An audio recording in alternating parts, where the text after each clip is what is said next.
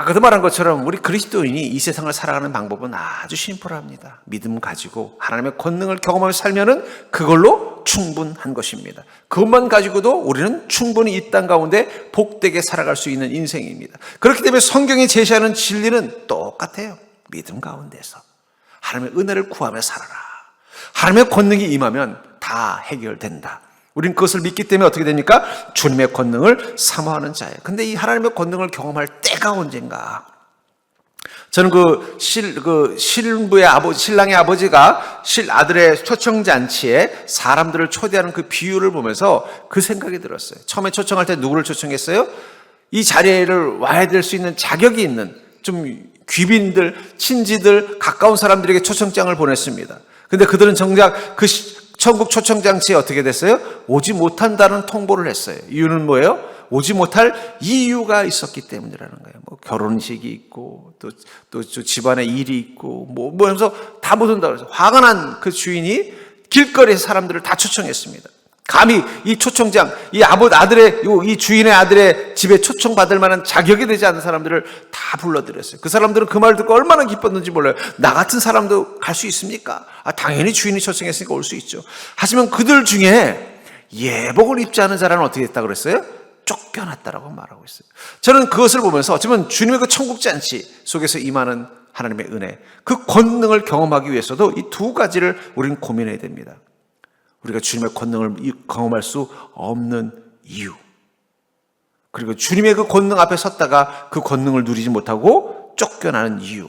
마치 그 신랑의 잔치에, 이 결혼잔치에 초청받지 못한 사람, 혹은 초청했지만 오지 않은 이 사람을 통해서 하나님의 권능의 그 초청의 자리에 갔지만 경험하지 못하는 자가 있다는 거예요. 전 그러면서 여러분, 하나님의 권능을 경험할 때 중요한 것은 타이밍입니다. 언제 주님의 그 권능을 경험하냐. 그러니까 여러분, 성경에 보면 예수님의 그 권능을 경험한 사람들을 볼 때 여러분들 고민하셔야 돼요. 그냥 은혜를 받고 이렇게 말 게 아니라 이 사람은 도대체 어떻게 그 은혜를 누렸는가. 그걸 알면 어떻게 돼요? 그대로 하면 되는 거예요. 그렇잖아요. 그대로 알면 그대로 하면 된다. 이 사람은 어떻게 이 은혜를, 그 은혜를 누렸다는 것에 기쁨을 가지고 소망을 갖는 것도 중요하지만 어떻게 이 사람은 이 권능을 가지고 은혜를 누렸는가. 베스다 목가에 한 안전뱅이가 오랫동안 그 물이 흔들리기를 기다리고 있었어요. 그러나 정작 흔들렸어도 그는 가지 못했어요. 다리를 쓸 수 없었기 때문입니다. 우리는 그럴 수 있다라는 거예요. 주님의 권능이 우리 앞에서 흔들려도 우리가 그 권능을 향해 다가갈 수 없는 상황이라면 어떻게 되겠어요? 아무리 주님의 권능이 임해도 그것은 내 것이 될 수 없는 것입니다. 저는 그래서 오늘 예수님의 그 자리 앞에서 침상을 들고 일어난 이 중풍병자, 그를 통해서 하나님의 권능이 언제 누구에게 임하는가를 알 수 있다고 생각합니다. 전 그것을 통해서 여러분들의 인생 가운데도 주님의 권능이 임할 때, 베데스다 목가의 물이 흔들릴 때, 주님 앞에서 네 침상을 들고 일어나라 명령하실 때, 그때 여러분들이 그 자리에 있는 주인공이 될 수 있기를 주의 이름으로 축복합니다. 하나님의 권능이 없는 게 아니라 그 권능의 자리에 초대받지 못했거나 혹은 그 권능의 자리에 설 수 없는 자격을 갖지 못한 그 신랑의 결혼잔치에 초청받지 못한 사람 혹은 초청을 거절한 사람 같은 모습이 우리 가운데 있다면 설령 주님의 권능이 지금도 내 삶 가운데 있어도 그것이 내 것이 되지 못하는 것입니다. 분명한 건 주님의 권능은 지금도 살아서 역사하십니다.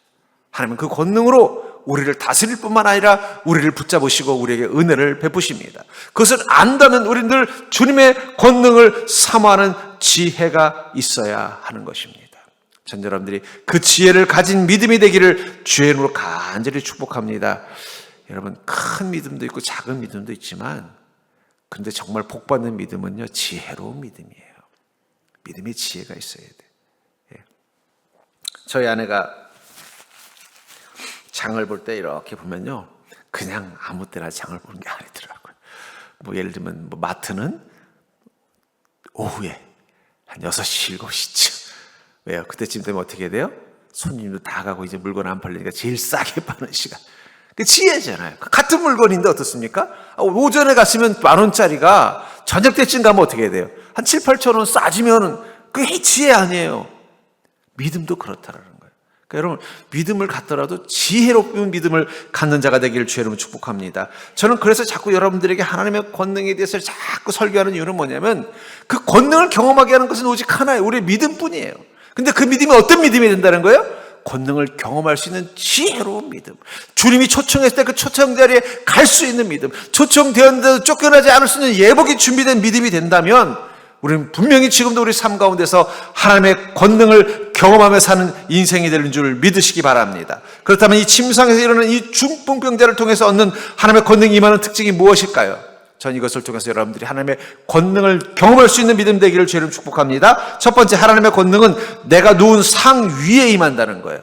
절대로 하나님의 권능은 내가 누워있는 침상 위에서 나타난다. 여기 4절에 무리들 때문에 예수께 데려갈 수 없으므로 그 계신 곳에 지붕을 뚫어 구멍을 내고 중풍병자가 누운 상을 달아내리니, 왜 이 상, 여기는 창이라고 되어 있으면 어떤 원어 성경에는 뭐 침대 또는 뭐 들것 이런 종류라고 보시면 돼요. 그냥 무슨 게 그런 상이 아니라 뭔가 그 판때기 같은 거예요. 왜냐하면 왜 그렇습니까? 이 중풍병자는 걸을 수 없는 자이기 때문이에요. 온몸이 마비가 된 병자예요. 그래서 이 중풍병자를 주님께 데리고 오려면 어떻게 해야 돼요? 그 침상이 있어야 돼요. 하지만 그 침상은 중풍병자가 하루 종일 누워있는 침대일 수도 있어요. 아무것도 할 수 없이 그 위에 누워있어야만 되는, 자신이 이 중풍병자라는 거, 움직일 수 없는 존재라는 것을 가장 절절히 느끼는 거예요. 그의 소원은 뭘까요? 내가 이 침상에서 일어나는 것입니다. 그걸 기대하고 주님께 올 때도 그 상에 달아내려서 내려올 수밖에 없었다는 거예요. 그는 예수님을 만날 수 없는 상태였습니다. 아무리 이 친구들의 도움을 가지고 예수님을 만나러 왔지만 그 많은 사람들을 뚫고 갈 수가 없었던 거예요. 이 중풍병자가 다리라도 움직일 수 있었으면 뚫고 지나갔겠지만 그럴 수 없었다는 거예요. 그는 그 상에 달린 채 내려갈 수밖에 없었다는 거예요. 저는 그러면서 예수님을 만날 수 없는 상태는 바로 모든 고난의 배경이라고 생각합니다. 여러분들, 그리스도인의 고난이 시험인 이유는 고난을 받는다는 건 그 순간 우리가 주님께 다가갈 수 없는 상황이 된다는 걸 말하는 거예요. 마귀가 우리에게 고난을 경험하게 하는 이유는요, 그래야 어떻게 돼요? 주님께 못 다가가기 때문이에요. 그러니까 저는 이렇게 보면요, 저분이 정말 믿음이 좋은 분이다 아니다를 어떻게 결정되느냐, 고난을 시험으로 대하는 사람이 있고 고난을 고통으로 대하는 사람이 있어요. 고난을 고통이라고 대하는 사람은 어떻게 돼요? 왜 하나님 나에게 이렇게 어려움 주십니까? 원망하는 거예요. 원망하면서 어떻게 돼요? 주님으로부터 더 멀어지는 삶으로 가요. 근데 고난이 시험이라고 생각하는 사람은 어떻게 돼요? 더 주님 앞으로 나아가는 거예요. 시험을 이긴다는 건 고난이 없다는 뜻이 아니에요. 고난 가운데서 예수님을 만나는 자가 되는 것입니다. 그러니까 여러분, 그리스도인의 모든 고난은 시험일 수밖에 없어요. 왜냐하면 그 고난을 통해서 마귀가 우리에게 원하는 건 뭐예요? 우리가 주님에게 다가가지 못하는 자가 되기를 원하는 거예요. 그래서 여러분, 고난이 오면요, 우리 마음속에 절망이 와요. 고난이 오면 우리 마음속에 후회가 와요. 고난이 오면 우리 마음속에 두려움이 와요. 그 절망과 후회와 두려움이 어떻게 돼요? 주님으로부터 멀어지도록 자꾸 내 마음을 만들어 간다는 거예요. 그러니까 여러분, 제가 참 그런 안쓰러운 얘기 들었어요. 어느 교회에서 사역을 하는데 어떤 성도가 그러더라고요. 우리 교회는요, 이상해요. 그래서 뭐가 이상해요? 그랬더니 좋은 일 있을 때는 사람들이 만나는데 어려운 일만 있으면 다 사라진다는 거예요. 왜냐하면 자기가 이렇게 초라하다는 걸 보여주기 싫어서 그렇다라는 거예요. 그리고 그런 얘기를 안 한대요. 감춘대요. 아무 문제 없는 것처럼 한대요. 나중에 시간 지나보면요, 이런 어려움을 가지고 있었구나. 제가 몇 번 예언을 들었습니다만, 어떤 성도님이 그냥 전에 있던 교회인데 그렇게 아들 자랑을 하는데 자랑할 만하더라고요. 공부도 뭐 서울대 좋은 데 나오고 직장도 너무 멋진 데 다니고 너무 좋은 아들도 좋겠습니다. 그랬더니 아들이 하나만 있는 줄 알았더니 하나 더 있었는데, 그러면 공부도 못하고 그냥 속만 썩이고, 그분은 그걸 철저히 감추시더라. 그래서 우리 모든 사람들이 다 그분은 자녀가 하나인 줄 알았어.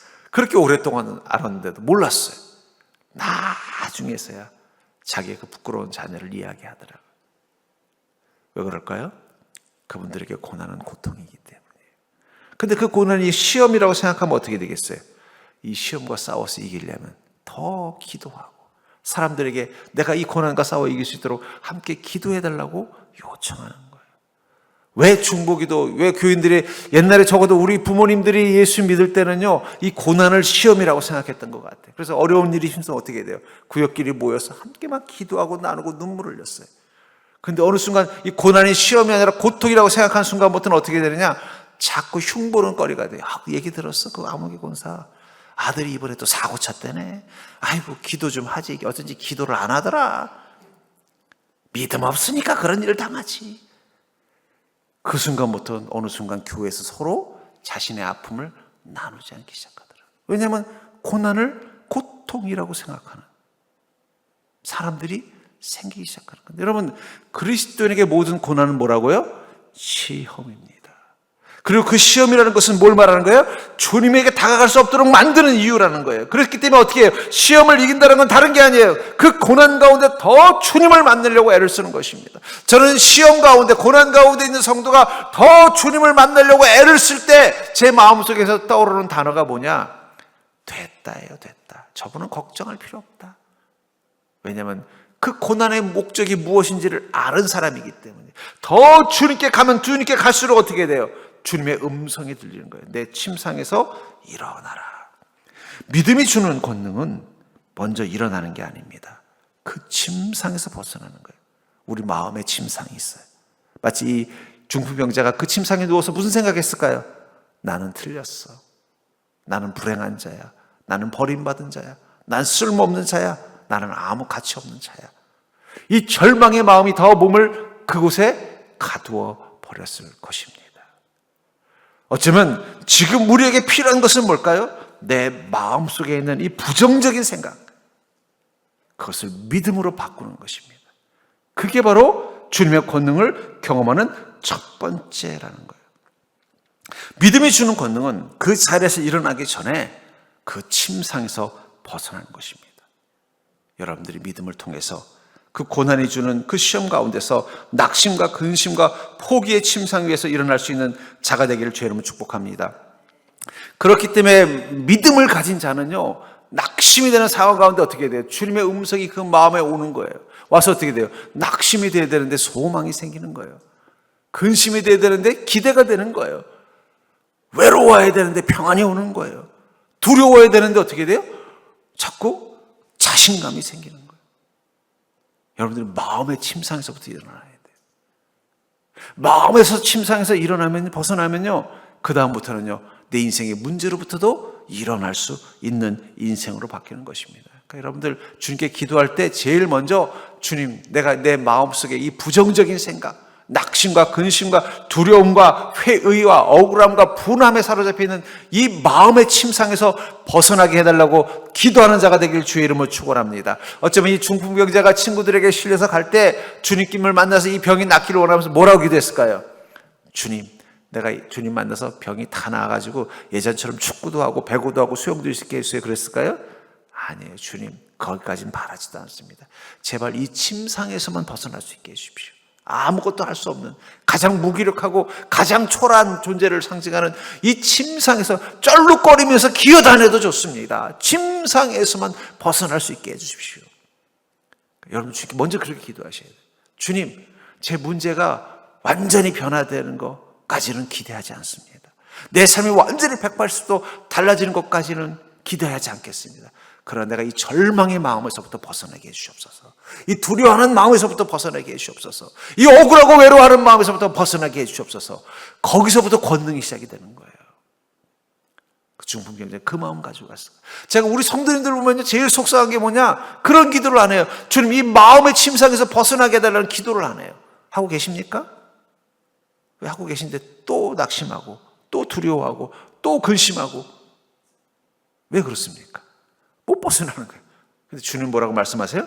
나 침상에서 나오라는 거예요. 믿음은 그 침상에서 나오게 해주는 힘입니다. 우리가 믿음 가지면 어떻게 돼요? 낙심하지 말라고 주님 말씀하셨지. 왜 은혜 받는다는 게 뭐예요? 그것은 침상에서 벗어날 수 있는 힘이 생기는 거예요. 그래. 내가 언제까지 두려워하겠어? 내가 언제까지 근심하겠어? 내가 언제까지 무서워하겠어? 내가 언제까지 외로워하겠어? 그 침상에서부터 먼저 벗어나야 돼요. 전 그러면서 여러분들 마음이라는 침상 위에서 벗어나게 해달라고 기도하는 믿음 되길 주님 축복합니다. 그러려면 그 고난 가운데서 더욱더 어떻게 돼요? 주님께 가까이 가려는 갈급함을 가지고 마치 그 지붕을 뚫고 내려갔던 이 중풍병자를 인도하는 이 네 사람들처럼 내가 주님께 더 가까이 가겠다는 믿음으로 주님 앞에 서는 자 되길 주님 축복합니다. 두 번째로 침상에서 중풍병자를 통해 얻는 이 하나님의 권능이 임하는 특징은 믿음은 상에서 일어나 걷는 능력이라는 거예요. 침상에서만 벗어나는 게 아니라 어떻게 돼요? 일어나 걷는 능력이라고 말하고 있다는 것입니다. 5절에 보니까 예수께서 그들의 믿음을 보시고 중풍병자에게 이르시되 작은 자야 내 죄 사함을 받았느니라 하시니라. 그들의 믿음을, 누구의 믿음을 받다 그랬어요? 네 사람의 믿음을 받다. 그 사람들의 믿음을 보고 이 중풍병자의 병을 치료하신 것입니다. 결국 그들이 나았다는 건 무엇을 말하는 거예요? 예수님의 허락을 받은 거예요. 뭐예요? 침상에서 걸어 나오게 허락을 받은 것입니다. 우리는 믿음을 뭐라고 생각해요? 하나님의 권능을 경험하는 비법? 뭐 그런 부분도 있긴 있어요. 또 하나님의 권능을 누리고 살 수 있는 나름대로의 기술? 뭐 그런 부분도 있을 수 있습니다. 하나님의 권능을 경험할 수 있는 능력? 그런 부분도 있어요. 그러나 믿음의 가장 궁극적인 것은 예수 그리스도에 대한 확신과 의지입니다. 근데 보면은, 물론, 그게 다 틀린 건 아니라는 얘기예요.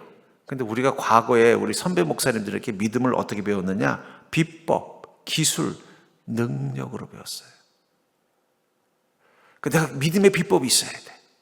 뭔가 다른 사람들과 다른 믿음의 비법이. 내가 기술이 있어야 돼. 내가 뭔가 특별하게 내 은혜를 누릴 수 있는 믿음의 기술이 있어야 돼. 능력 있는 믿음을 가져야 돼.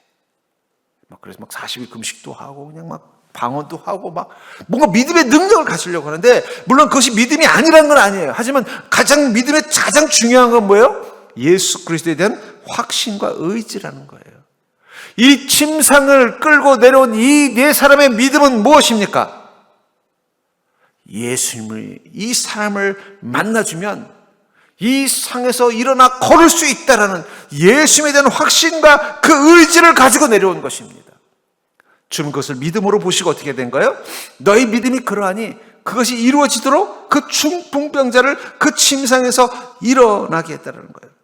그렇기 때문에 여러분들, 예수님을 믿는다는 것은 그 상을 듣고 일어날 수 있는 자가 되기 위해서 제일 중요한 게 뭘까요? 말씀을 의지하는 거예요. 말씀을 의지한다는 건 뭐예요? 예수 그리스도에 대한 확신을 갖는 것입니다. 그래서 베드로가 뭐라고 말해요? 주여 나가 밤이 새도록 수고하였지만 고기 한 마리 못 잡았습니다. 그러나 오늘 주님의 말씀을 듣고 나니 내 안에 믿음이 생겼습니다. 그 말씀을 하신 주님에 대한 확신이 생겼습니다. 주님이 깊은 곳에 그물을 던지라는 그 말씀이 확신이 생겼습니다. 그래서 주님의 말씀을 의지해서 깊은 곳에 그물을 던지겠나이다.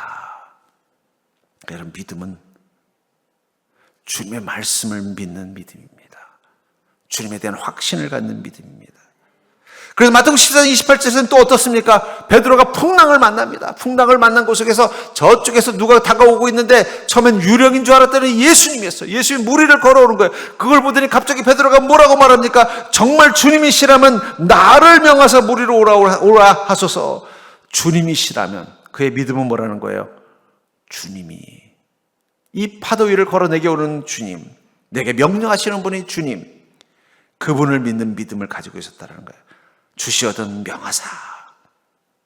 그러니까 여러분들, 믿음은 믿음에 대한 믿음이 아니라 예수님을 향한 믿음이라는 것을 믿으시기 바랍니다. 이게 왜 다르냐? 자꾸 우리는 믿음을 내 마음속에서 내가 어떤 태도를 갖느냐를 내가 자꾸 의심하면 안 되지. 물론 그것도 믿음이 한 부분이에요. 그러나 그것은 믿음의 시작이 아니라 믿음의 결과예요. 내가 주님을 의지하면 의심이 사라지는 것입니다. 두려워하지 말아야지. 여러분, 두려워하지 않는 것도 믿음입니다. 너희 믿음 없어. 왜 이렇게 두려워해? 맞아요. 그것도 하나의 믿음의 결과예요. 하지만 두려움을 이기는 건요, 예수 그리스도를 믿는 믿음이 만드는 거예요. 결국은 우리의 믿음이 흔들린다는 건 무엇이 흔들린다는 거예요? 주님에 대한 확신이 흔들린다는 거예요. 주님께서는 이 중풍병자에게 뭐라고 말씀하세요? 내 상을 가지고 걸어라. 그들의 믿음은 주님을 향한 확신입니다. 주님이 말씀하신다면 그 말씀대로 이루어질 줄 믿습니다. 주님이 명하신다면 명하신 대로 이루어질 줄 믿습니다. 믿으니까 어떻게 돼요? 말씀대로 행하는 것이고 명하는 대로 순종하는 하는 것입니다. 내 상을 가지고 걸어가라고 했기 때문에 어떻게 된다는 거예요? 믿음대로 상을 가지고 걸어 나갔더니 정말 걸어서 나가게 되더라는 것입니다. 이것을 11절 12절에 내가 내게 이르노니 일어나 내 상을 가지고 집으로 가라 하시니 그가 일어나 곧 상을 가지고, 중요한 단어가 있어요. 뭐예요? 곧이라는 단어. 아까 얘기했죠. 하나님의 권능을 경험하는 때, 곧이 중요하다는 곳. 올해 이 농사가 좀 많이 어렵답니다. 특히 벼농사가 이번에 흉작일 확률이 높대요. 그래서 이유를 물어봤더니 벼를 이것을 걷어들일 때 비가 너무 많이 왔다는 거예요. 비가 좀 그 전에 오든지 그랬으면 좋았을 텐데 하필이면 딱 거두기 좋을 때 비가 너무 많이 와가지고 아마 올해는 벼농사가 잘 안 될 것 같다. 그러니까 여러분, 하나님이 비를 안 줘서 흉년이 오는 게 아니에요. 비가 와야 될 땐 비가 오고 햇살이 내려쬐야 될 땐 햇살이 내려쬐야 풍년이 오는 것입니다. 그러니까 여러분, 그런 의미에서 여러분들, 우리가 언제 주님의 은혜를 누리느냐? 내 상을 가지고 걸으라고 말한 그 순간 움직여야 그 능력이 나타나는 거지. 그 말 듣고는 아이고 주님, 그 말씀은 감사한데 제가 지금 너무 배가 고파서 지금 너무 피곤해서 한숨 자고 일어나겠습니다. 그럼 될까요, 안 될까요? 안 되는 거예요, 안 되는 거예요. 여기서 곧이라는 단어가 중요하더라고요. 믿음은 주님을 향한 확신입니다. 주님을 향한 확신이 있기 때문에 어떻게 돼요? 명하시는 그 순간 반응하는 게 바로 확신이라는 거예요. 어쩌면 하나님은 여러분들의 인생 가운데 하나님의 권능을 허락하시기 위해서 여러분들에게 말씀을 주셨어요. 일어나 상을 들고 걸어가라. 너는 그 물 위에서 내려, 배 위에서 내려 물 위를 걸어라. 근데 우리는 그때 곧 그 말씀을 믿고 그대로 반응했나요? 그렇기 때문에 주님께서는 지금 상을 가지고 집으로 가라고 말씀하고 있다. 지금 그렇다는 걸 기억하셔요. 12절에 보니까 그가 일어나 곧 상을 가지고 모든 사람 앞에서 나가거늘 그들이 다 놀라 하나님께 영광을 돌리며 이르되 우리가 이런 일을 도무지 보지 못하였다 하더라. 그가 일어나 곧 상을 가지고 모든 사람 앞에서 일어났다. 여기서 곧이라는 단어를 또 쓰고 있습니다. 곧. 명령 직후. 판단이나 생각도 하지 않았다는 거예요. 아까도 말한 것처럼 말씀만 하옵소서. 한 백부장이 주님께 자기 하인을 낫게 해달라고 요청합니다. 그 말을 듣고 주님께서 그의 하인을 낫기로 집으로 가려고 했더니 이렇게 말하죠. 주여 내 집에 들어오심을 나는 감당하지 못하겠사오니 다만 말씀으로만 하옵소서. 그러면 내 하인이 낫게 싸움나이다. 결국은 이 백부장의 믿음도 뭐라는 거예요? 예수 그리스도에 대한 확신이라는 거예요. 주님이 말씀하시면 그건 당연히 이루어질 거는 그 주님이 하나님이라는 확신이라는 거예요. 나도 남의 수하 있는 사람이여 그 아래에도 군사가 있으니 이대로 가라 하면 가고 저대로 오라 하면 오고. 여러분, 군인들은요 생각하고 행동하지 않습니다. 그냥 명령하면 그대로 반응하는 게 군인이에요. 군인이 생각하면서 행동하면요 위험한 상황 가운데서 군대가 제대로 역할을 감당하지 못하는, 무조건 명령에 순종하도록 훈련 만드는 거예요. 그걸 가지고 주님께 뭐라고 말씀할까요? 주님, 내가 군인이 되어 보니까 믿음이라는 게 다른 게 아니더라고요. 나에게 명령하는 그 사람을 믿는다면 그 사람이 가라면 가고 오라면 오고 서라면 서고 앉으라면 앉는 것이 믿음인 것을 보았습니다. 그러니 주님, 굳이 가실 필요 없습니다. 그냥 너의 하인의 병이 낫겠다고 말씀만 하옵소서. 그러면 이루어질 줄 믿습니다. 여러분들, 믿음은 주님의 말씀 앞에 순종할 수 있는 힘입니다. 그 곧 순종하는 순간 권능이 나타나는 거예요. 내 상을 가지고 일어나라고 말씀하실 때 일어났으면 권능이 일어나는 거예요. 근데 내 상을 가지고 일어나 걸으라고 했더니 아이고 주님, 제가 몇 년을 여기 누워있는데 어떻게 일어나 걸었습니까? 금방 되겠습니까? 제가 집에 가서 준비하고 일어나겠습니다 하면 안 되는 거예요. 타이밍이 중요하다는 거예요. 우리 시대는요 주관, 자신이 중심이 되고 어떤 일을 분석하고 판단하는 것을 강조합니다. 그래야 잘 살 수 있다고 말해요.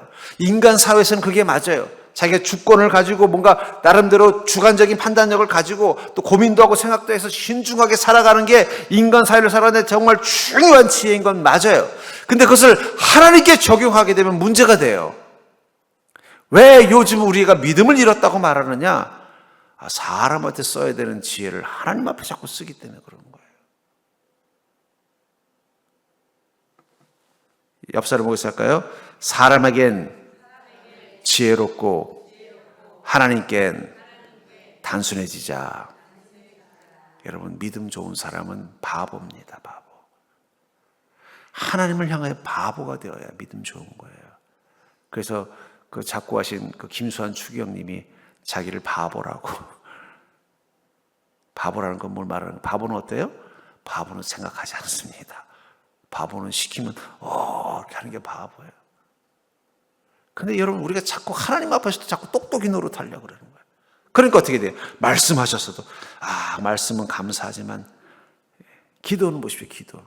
하나님께서 용사여 가 싸우라 그랬더니 아이고 하나님, 제가 그럴 만한 자가 됩니까? 내가 주님 말씀만 가지고 내가 용사가 될지 모르겠습니다. 그러니 증거를 보여주십시오. 그리고 어떻게 돼요? 양털에 비 좀 내리게 해주십시오. 아니면 양털만 마르게 해주십시오. 그러면 제가 믿겠나이다. 저는 하나님이 정말 좋으신 분 같아요. 그런 믿음 없는 것을 또 써서 위대한 일을 하게 하시고. 하지만 그건 믿음 없는 거예요. 우리가 그러지 않는 거예요. 어쩌면 우리가 사람들 앞에 써야 되는 지혜를 자꾸 하나님 앞에 쓰는 거예요. 계산하고 판단하고.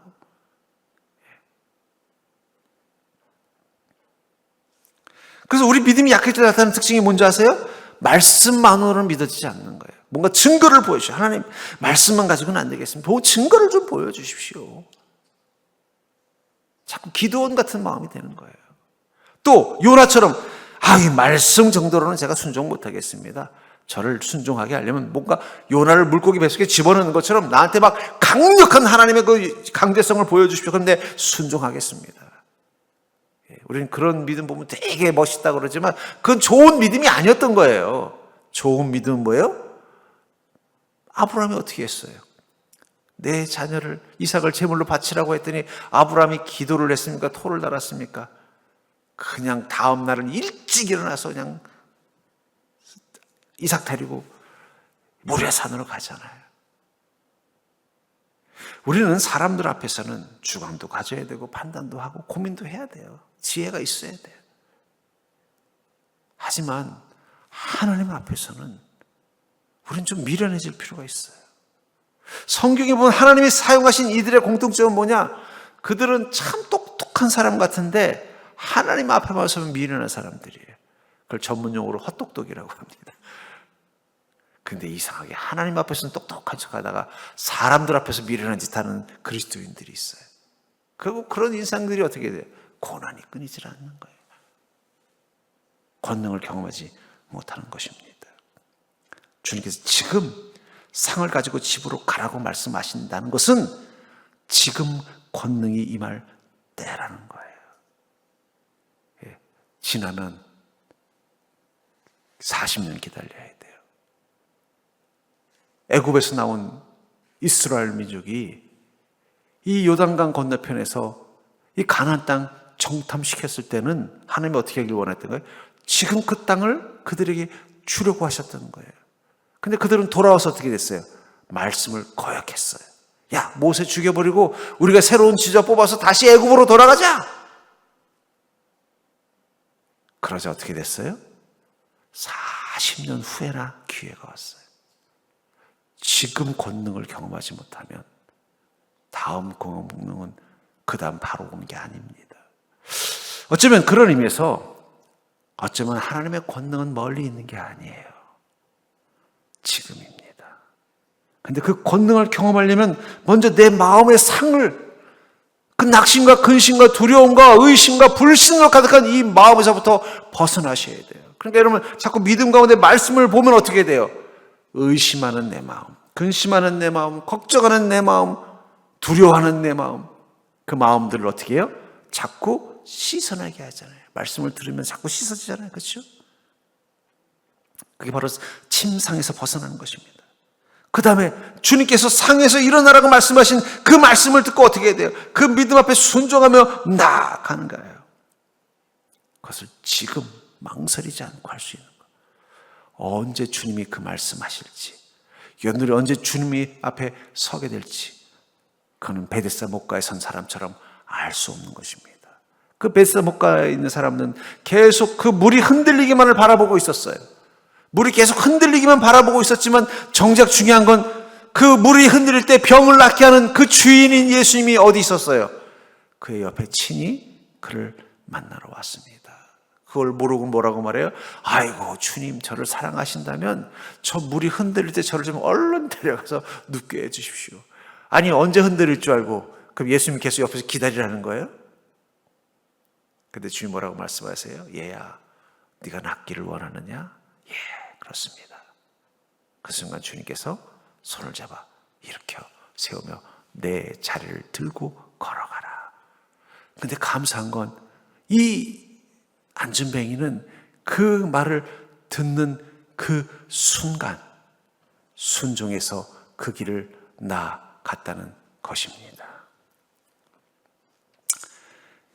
그런 의미에서 여러분들 주님이 언제 여러분들에게 말씀하실지 우리는 알지 못합니다. 그러나 분명한 건 주님께서 말씀하셨을 때 바로 반응하려면 먼저 마음의 짐상, 자꾸 의심하고 자꾸 낙심하고 자꾸 근심하고 자꾸 분노하는 그 침상에서부터 먼저 벗어나십시오. 그러려면 말씀이 여러분들의 침상을 깨끗이 비워줘야 돼요. 그 다음에 여러분들의 믿음이 여러분의 삶 속에서 여러분들의 상황 속에서 일어나게 만들어주는 능력이라는 것을 믿고 주님 앞에 서십시오. 그리고 주님이 그 말씀하실 때를 기다리셨다가 말씀하시면 망설이지 마시고 순종하십시오. 그럼 그 순간 하나님의 권능이 여러분들의 삶 가운데 임하는 것을 보게 될 줄 믿습니다.